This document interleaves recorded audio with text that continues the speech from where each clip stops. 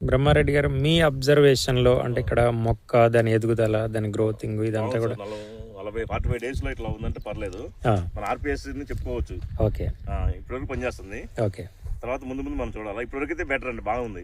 Okay, మన 45 రోజుల్లో తోట ఎట్లా ఉందంటే మీకు కూడా అర్థమై ఉండాలి దాపు నాకు తెలిసి. ఓకే, ఓకే, తర్వాత గ్రోతింగ్ గానీ చూడండి. ఓకే, ఇట్లా ఉన్నప్పుడు తోట కూడా ఆగదు సార్, ఇంకా పెరుగుతూ ఉంటది. ఓకే, కాసుకుంటా పెరుగుతుంది సార్ ఇది. ఓకే, ఫ్లవరింగ్ కానీ అన్ని చూడండి ఎట్లా ఉందో. ఓకే, అంటే పెరగటం కూడా కాదు, కాసుకుంటా పెరుగుతుంది. ఇది కాసుకుంటూ పెరుగుతుంది. దానివల్ల మనకి రేపు ఈల్డింగ్ మనం ఎన్ని అనుకుంటే అన్ని తీయవచ్చు. అంతేనా సార్? Okay, okay, okay. ఇది అంటే రైతుల మాటల్లో, మీరు బ్రహ్మారెడ్డి గారి మాటల్లో, శ్రీనివాసరెడ్డి గారి మాటల్లో ఇది మొదటి దఫా రిజల్ట్. అంటే ప్రాథమికంగా నార్మల్ నర్సరీలో మీరు ఆర్పిఎస్ కలపడం వల్ల ఇలా ఉంది.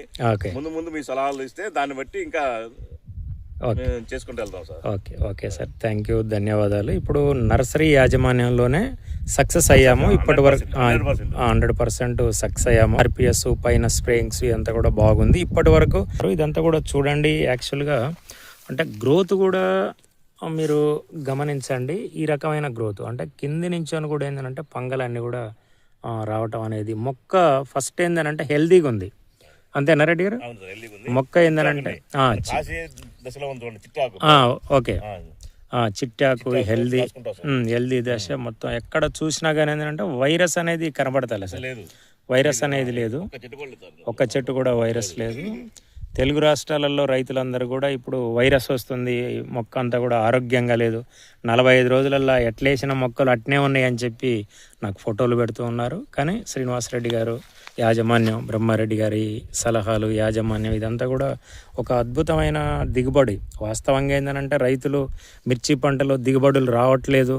15 నుంచి 20 క్వింటాలు అనేది మన ప్రాంతంలో, ప్రధానంగా తెలంగాణ, ఆంధ్ర ప్రాంతంలో ఇది ఇక్కడి వరకు పడిపోయినాయి. మా కాన్సన్ట్రేషన్ ఏంటంటే ఆర్పిఎస్ వాడుతున్న రైతులు మంచిగా ప్లాన్ చేసుకుంటే ఖచ్చితంగా 40 నుంచి 50 క్వింటాల దిగుబడి అనేది ఆ ఫోకస్లో మేము పనిచేస్తూ ఉన్నాం.